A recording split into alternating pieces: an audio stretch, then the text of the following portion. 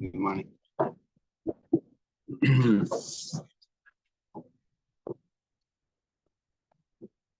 Okay. Today, quite a famous Gemara when it comes to mikvahs. The mikvah Gemara, appropriate for the rain today. It's on Samachay Yomad Beis Tanur Rabbanan, 9 lines from the bottom. Thank Hashem that we're able to learn today. It's list of our learning which have the Bisi Migdash immediately. Learning the Lenishma, Sava Goldabas Baruch Yaman, and the Sanos of the Mitzvah. Also, Shlema, Samachay 65. Also a Samachay B. Oh, so we started in Mishnah already? Yeah. We learned last night. Also, the first time Rabban David Ben Sarah and Gedali Getzel yes.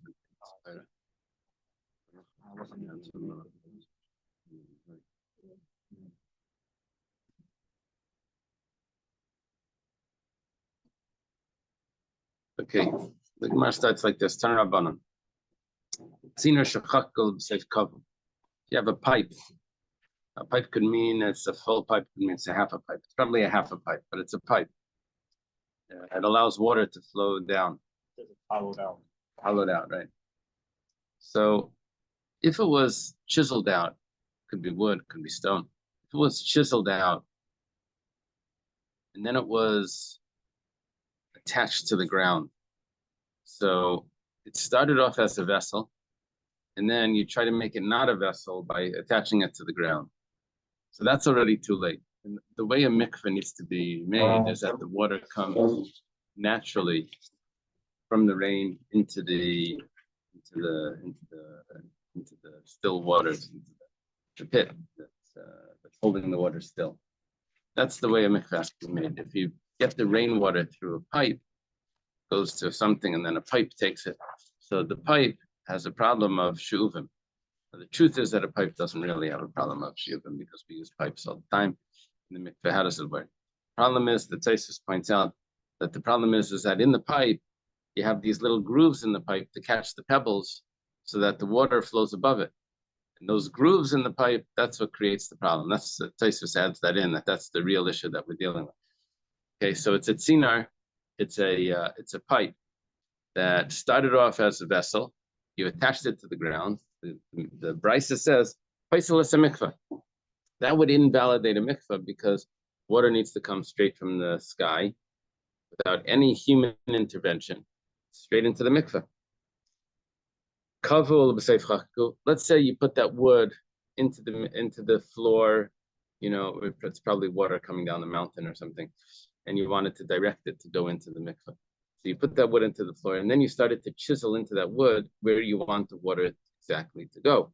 So once the wood was put into the ground, without any chiseling out, without it becoming a vessel, and only afterwards you made it into a vessel, that was already attached to the ground. That's the case. Ain't a place less a mikveh.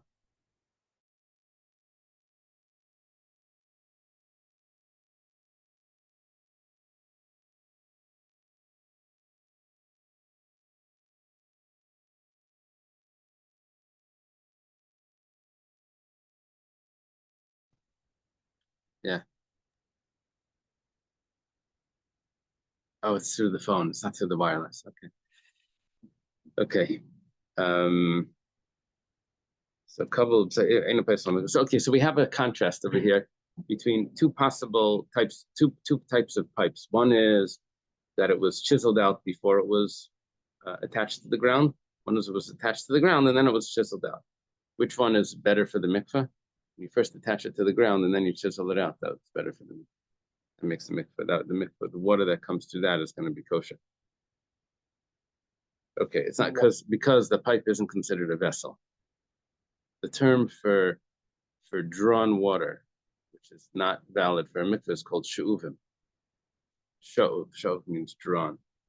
You draw water, not draw. Because what I've seen in mikvahs is they have a pipe that goes from like the ceiling of burning, just water. I don't know how it funnels into that pipe. Yeah, the way they do the Collects on the roof. mikvahs is that the roof is made slightly slanted. Oh. So all the water from the entire roof is going to end up, or from a section of the roof, it's going to end up going into one hole. And in that hole, they put a pipe. The pipe goes straight down. So that pipe doesn't catch anything. There's no grooves in that pipe. It's a pipe that just goes straight down. And it gets to the bottom, so they just have a flat cement. Maybe like the sides are made so it doesn't overflow. But it just goes on the cement. And the cement is considered like the ground. And they stretch it for like 3 tvachim. It's called amshacha. That even if there was a problem, when it flows on the ground, it goes back to being natural water. And then from that, it enters into the mikvah. Yeah, then the whole question is, how do they clean the mikvah? That's another discussion. Filters and all of that. But that's basically they're getting water from the rain without any vessels involved. The pipe itself isn't considered a vessel because it doesn't have the groove, like we said from Tosfos. It doesn't have any. Amazing we did that all the way back then. Yeah. Miami, like Just this kept morning, running water. that rain could have made the entire mikvah. So should it be running water or like still water? The mikvah needs to be still. Yeah. If it's moving, it's puzzle. Even if it's too high and when you go in, it overflows, that's considered moving. It's a problem. Yeah, it can't be moving. If it has a leak, it's considered moving. So that's a problem.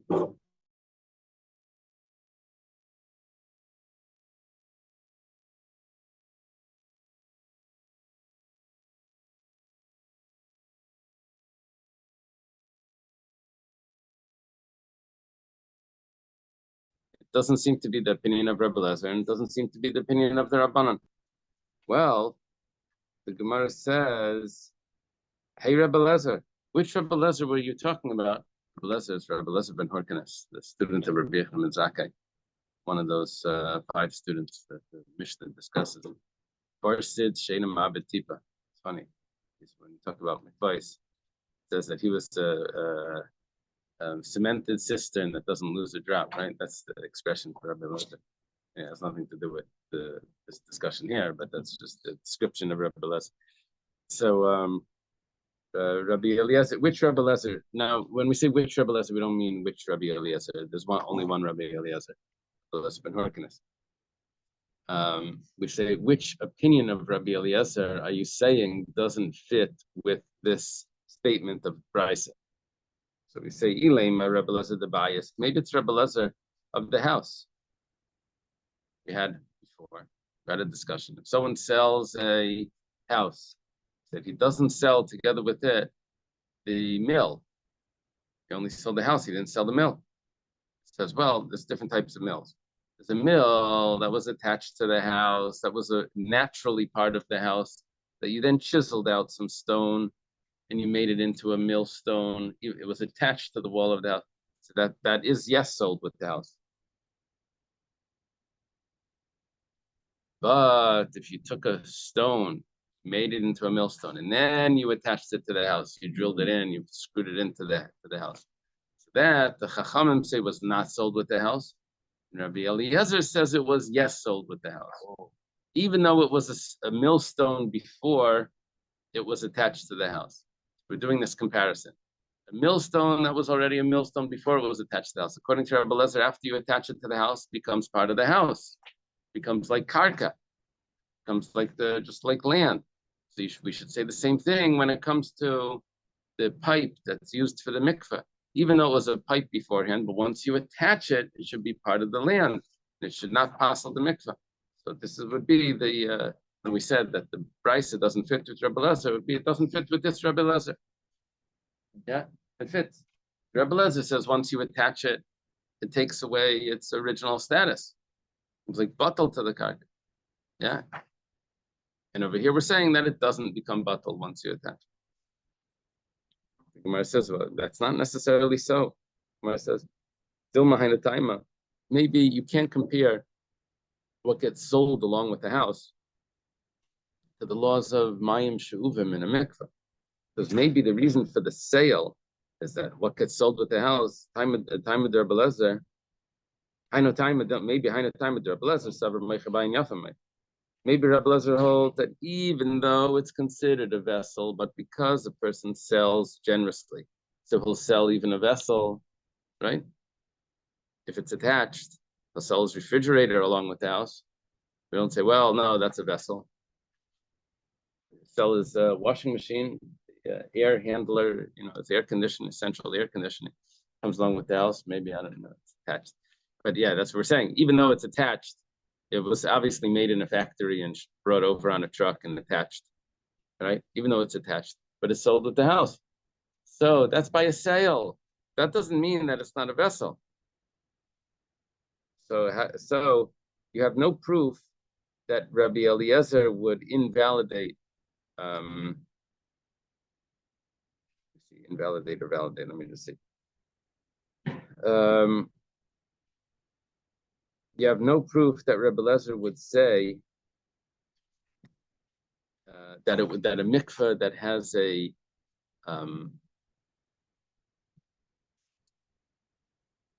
it is a double negative in this, so it's confusing. Because what we wanted to say is that Rabbi Eliezer, that this brisa does not fit with Rabbi Eliezer. That where Rabbi Eliezer would say that it would be valid, that the mikveh would be valid, even though the pipe was made beforehand. Not the brisa would say the pipe that was made beforehand is not valid. The brisa does not fit with Rabbi Eliezer. I think we're saying maybe the brisa really does fit with Rabbi Eliezer. But really the mikveh is not valid. Even though if you were selling that as part of the house, it would go along with the house. Because maybe when someone sells, he sells more generously, even though it's not really part of the house. And that would exactly fit with the brisa. So what did you mean when you said it's not Rabbi Eliezer? Yeah. The opinion of the Rabbanan in this, the Rashbam says, well, it could have fit with the Rabbanan, and Tosfos takes issue with that. Okay. The Rabbanan Sabri Mechabayin Ramech, and the Rabbanan held that anything that's attached later is not considered attached. So maybe that has to do with that when a person sells, the person sells something, the person sells his house, he doesn't sell so generously. So he retains for himself if it was attached later. So do these things maybe it doesn't have to do with the validation. Have to be itemized? Some of these things that are attached, if someone just says, I'm selling this property, does that include like his swimming pools? Or does he have to itemize, like not the swimming pool, not the fridge? Yeah, that's interesting. We learned that he doesn't sell the pit together with the house. He would have to say that he's selling the swimming pool. Someone sells a house, they would have to, and they could keep the swimming pool. Imagine people bought the house because they like the swimming pool, and then they charge them for every time they go swimming. And then it spoke about the path, about how they get there to the tree or the cistern. Yeah. Okay. So Ella, because we were able to explain Rabbi Eliezer by the sale of the house, that has nothing to do with the mikveh. So it could be that Rabbi Eliezer really holds up the price of the mikveh. So we're looking for another Rabbi Eliezer that cannot fit with the mikveh, cannot fit with the price of the mikveh. The price of the mikveh made a distinction, a contrast between how the pipe was made. It was made before it was attached to the floor, to the ground, or if it was attached to the ground and then chiseled out. That was the contrast of the brisa. We're looking for Rabbi Eliezer that disagrees with that. Rabbi Eliezer the Kaveris Devarim. Must be that it's Rabbi Eliezer of the beehive. The Tanan started in the Mishnah. Kaveris Devarim comes to a beehive. Rabbi Eliezer Maria Karka. Rabbi Eliezer says that's considered as part of the land. What's that significant? Significant. You can't take an oath. We don't take oaths about property, right? Slaves. So also the beehive you can't take an oath over. Question of principle. When it comes to the Shemitah, someone borrowed money when Shemitah comes, Shemitah absolves him from repaying that loan. Hey. So Shemitah absolves him from paying that loan. And because of that, the wealthy people did not want to give loans. That's the common for the wealthy people to give loans to the poor. That's a typical case. The wealthy people didn't want to give the loans because the poor person doesn't pay it back. And then Shemitah comes and he doesn't even have to pay it back. So they stop. Now the rule is that they have to give the loan anyway. So, but because it was so difficult on the people to give the loan and they were thinking that they won't get paid back, so Hillel instituted a loophole, a halachic loophole called prusbul. And prus means a expansion, and bull means wealthy. So they gave some leeway here to the wealthy that they should be able to give the loan and still collect it, even after the Shemitah. So what they did was that they transferred the loan to the Bezdin, and the Bezdin is able to make hefker whatever they want, the eminent domain, and so they could collect and not collect, and the Bezdin can do that. Now, they didn't want to. There's two interpretations at this point of how this works. They didn't want to make it so clearly not according to the Torah, because the Torah says that the loan is absolved. So what they did was they made a little loophole in here that since the borrower has property, and property wherever it is considered in the hands of the owner. So we consider it that it was already collected.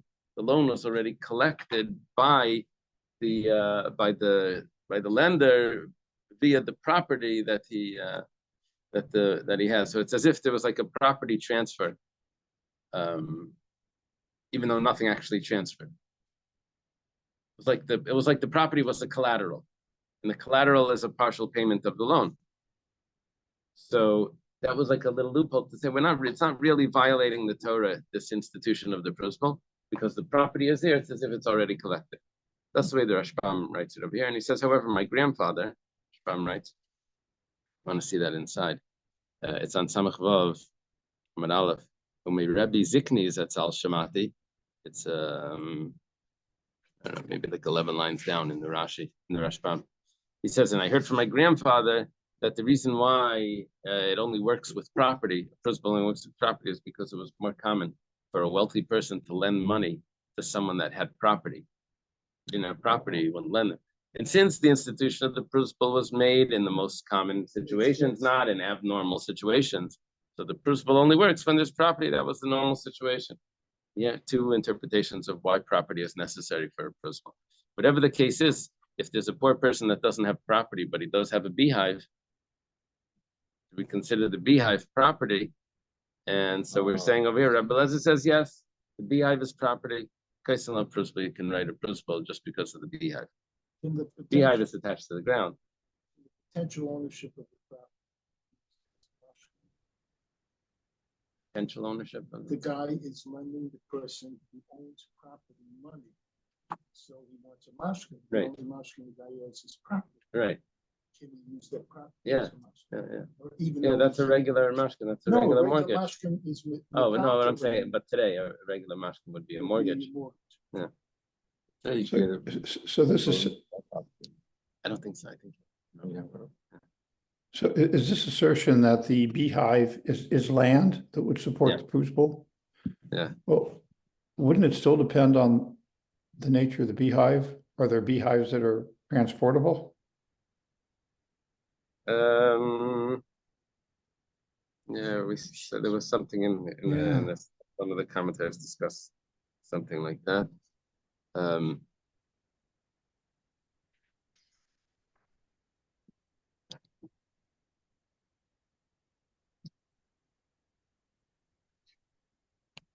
Yeah, I'm not sure. Okay. It's attached to the ground. Yeah. So it's Only part of it was formed not on the it was formed before it was attached to the ground. So we're saying over here that Rebbe Lezer holds that something that was formed before and then attached to the ground loses its status, becomes bottled to the ground. This is not like the mikveh that had a pipe that was formed before and then attached to the ground, which retained its status of a pipe. This is different. Okay. And Bein Mekabel Tuma B'Mkaima, Oh, this is what we said about regarding if it's transportable.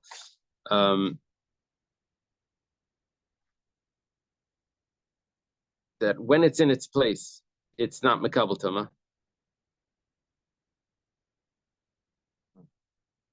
When it's stationary, it doesn't.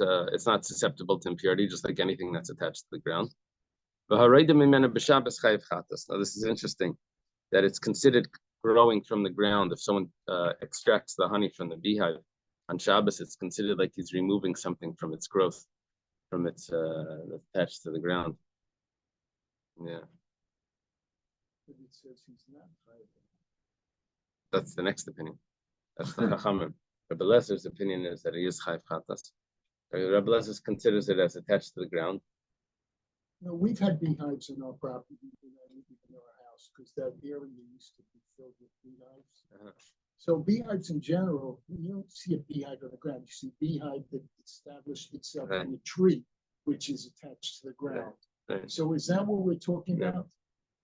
We're talking about beehives that are more functional, that were there because you wanted it there. So the guy built a beehive. You build the beehive and you attach it. And then put the beehive in. Yeah, the Gemara, there's even Mishnayos that discuss how many frames of the beehive you have to leave over the winter.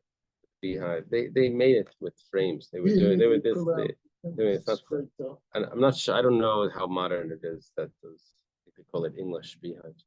They have the square box and they have like 10 frames or 8 frames in it. You just pull it out. Spacesuit comes and he deals with. Or Ray. He comes in his shorts and he just puts it up.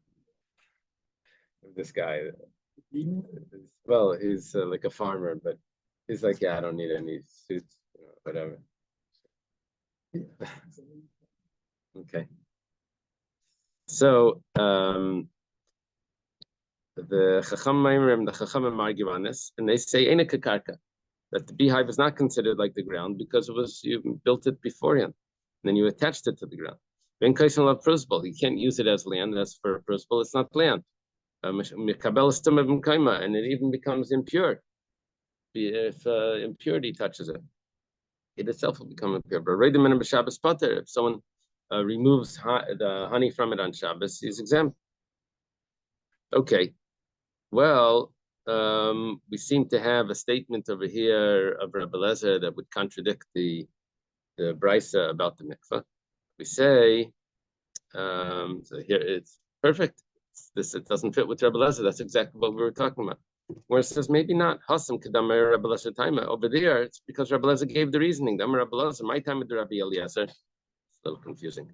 Rabbi Lezer, which is Rabbi Lezer ben Pedas, the student of Rabbi Yochanan, he says, what's the reason of Rabbi Eliezer?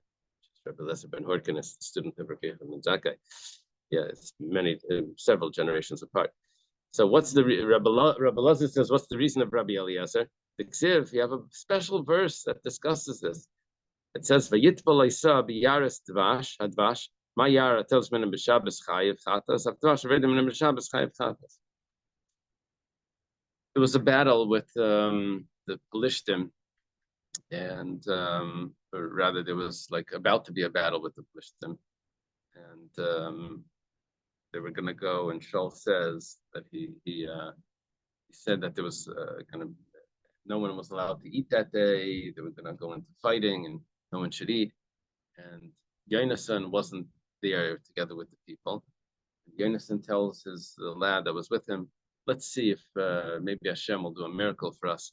So let's say, let's go up and see what they comment. If they tell us to come up, so then this. If they tell us to stay where we are, then.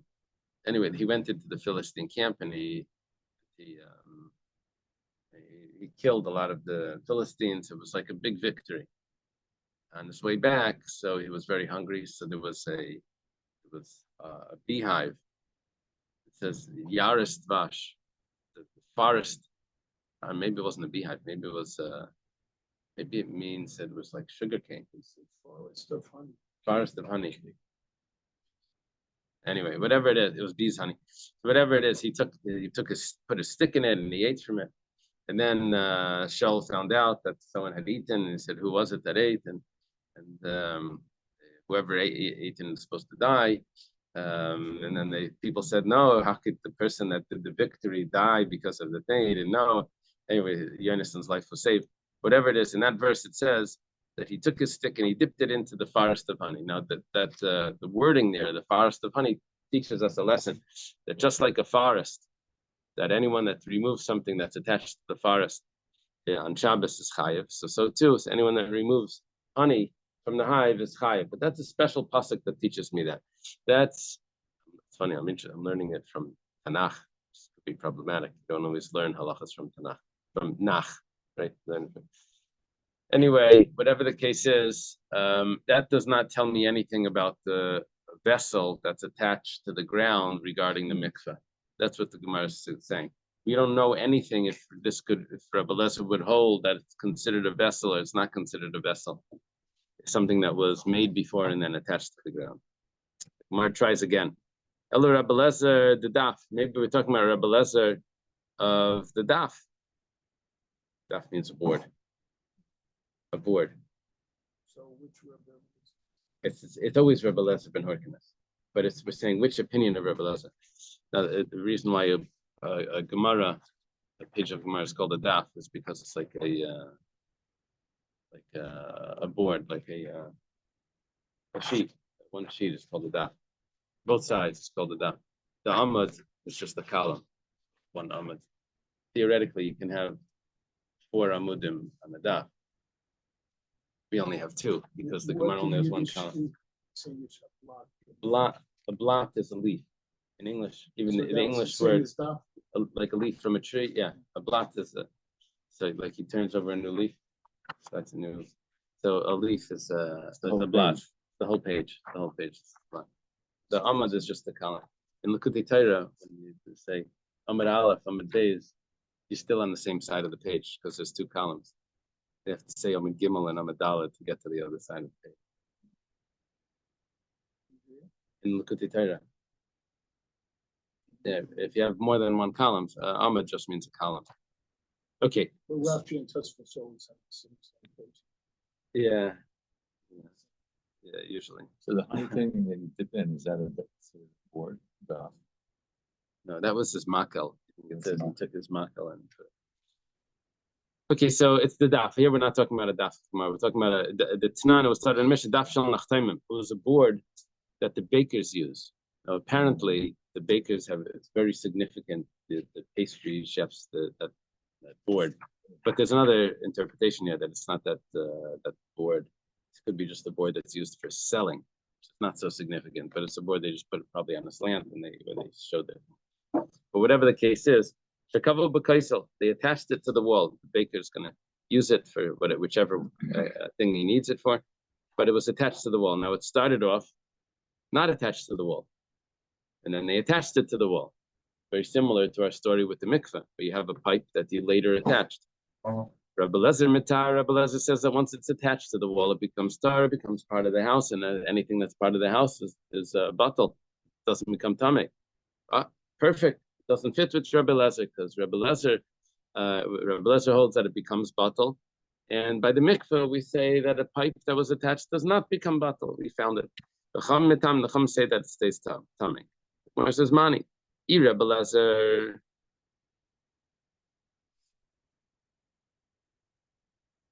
If we say that the brisa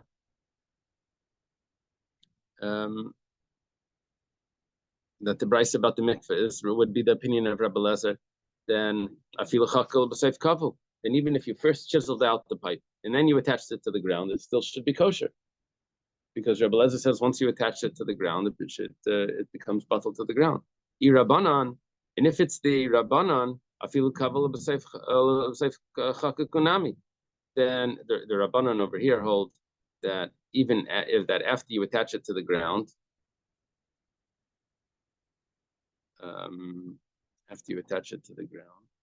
it's still not considered attached. It's not considered separate from the. It's not considered batal. It's still a keli. Still a keli. So we should say when it comes to the pipe, that even if you first put it in the ground and then you chisel it out, Afterwards, it should not be acceptable because the Rabbanan would say that by the board as well. The Rabbanan don't differentiate between when you turned it into a board, whether it was at first attached or not, or not first attached, or first board and then attached. Either way, it's considered a board and it's Makabel Tumah. If that's the case, then when we go to the mikveh, it won't fit with the Rabbanan either, because according to the Rabbanan, if it was attached to the ground and then turned into a pipe, we say that the Brisa says that it's acceptable, and the Rabbanan would say that it's not acceptable. So here we have, it doesn't fit with the Rabbanan, doesn't fit with the Rebbe Lezer. Gemara says, Leilam Rebbe Lezer. Actually, you know what? We could say that it is Rebbe Lezer. Shani Pshuti Kliyetz, the Tumah de Rabbanan. We're dealing with a board of wood. A board of wood that's not a receptacle is only Makabel Tumah, like a tabletop. Is only Makabel Tumah rabbinically. It doesn't have a biblical Tumah. Biblical Tumah would only be if it's a receptacle. Now, metal is Makabel Tumah even if it's a flat sheet. But wood is not Makabel Tumah if it's a flat sheet, biblically. Unless it has a, something that can hold water, something receptacle. Just a plain tabletop. Even though it has a use, but it's pshutei kliyetz. It's a metal pipe. Yeah, not only a metal pipe, but a metal board. Metal sheet is Makabel Tumah. Metal is Makabel Tumah biblically. Wood is not Makabel Tumah biblically, unless it has the function of to be able to hold something. But if it's just flat, so here we're dealing with the board of a baker's board, the wood that he uses to bake the bread or to shape it, maybe. So that is not really Makabel Tumah. So when Rabbi Eliezer says that if you attach it to the wall, it's tahar, even though it was made into a board beforehand, but maybe that's because it's all rabbinic. So he's more lenient over there. But when it comes to the waters of the mikveh, that if you use a vessel to get it into the mikveh, it would be biblically a problem. So over there, he's going to be strict. So how do you know that this, when Rabbi Lezer says that it's tahar, that it's not going to fit when it's tahar, even though it was made before, if it was made before and then attached, maybe by the mikveh, if it was made before and attached, it would not be kosher, because that's a much stricter law. So the Gemara says, it's different. The Gemara says, Michlal, you know what you're implying by saying this? The She'iva Midiraisa. What you're telling me is that a mikveh becomes possible biblically if the water is drawn. But that's not true. That's not true. We've established that the problem with the mikveh having drawn water is only a rabbinic problem. Yeah, there's a discussion in this about if it's the whole mikveh or part of the mikveh or whatever. But whatever the case is, here the Gemara is telling me that she'uvin is only the Rabbanan. Drawn water for the mikveh is only a rabbinic concern.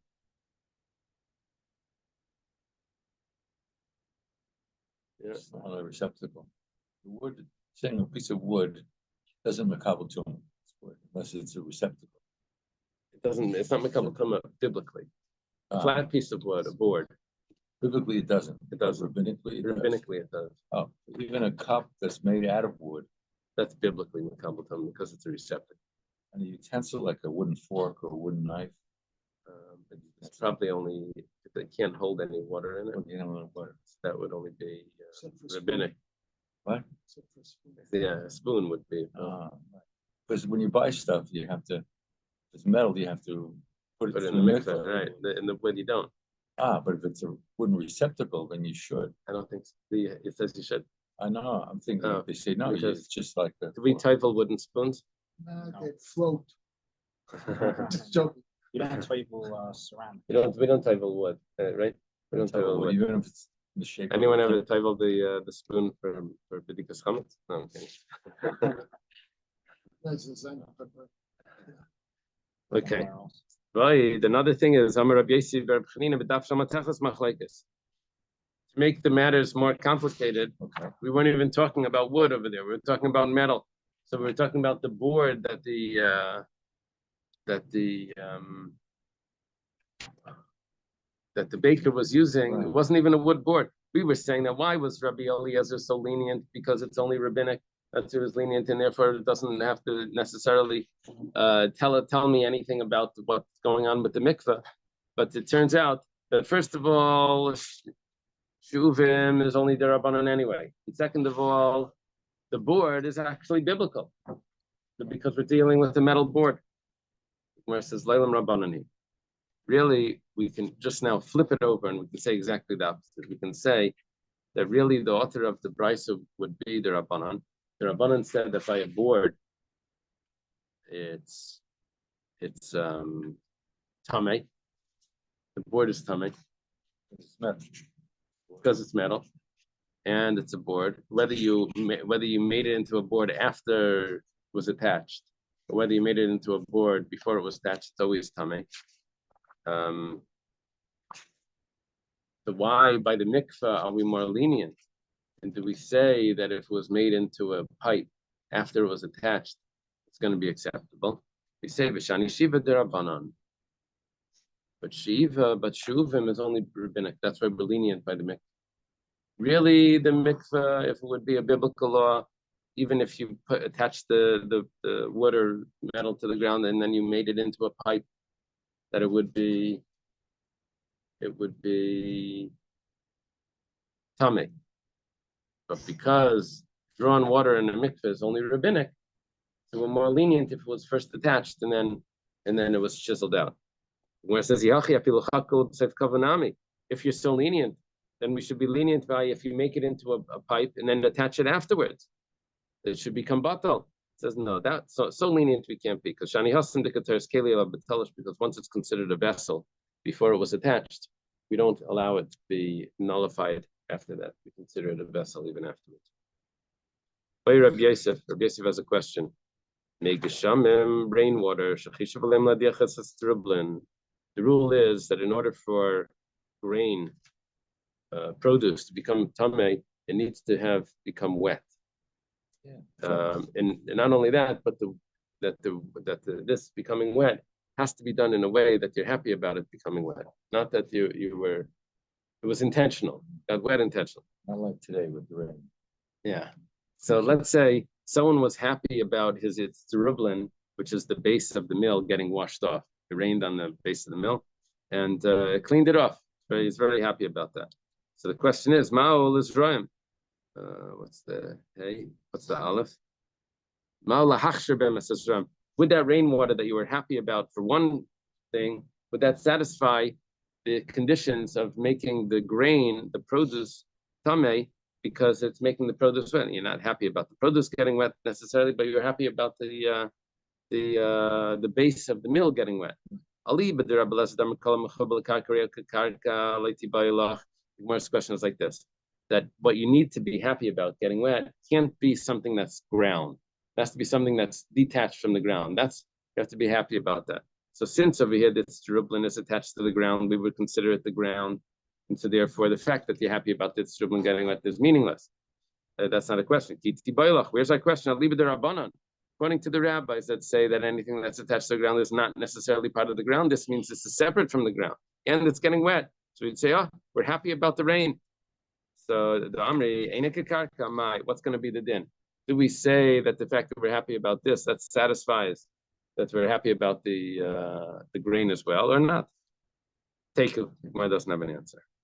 Shalach lei Rav Nechemia Breder Rav Yosef Rabba Breder Rav Huna.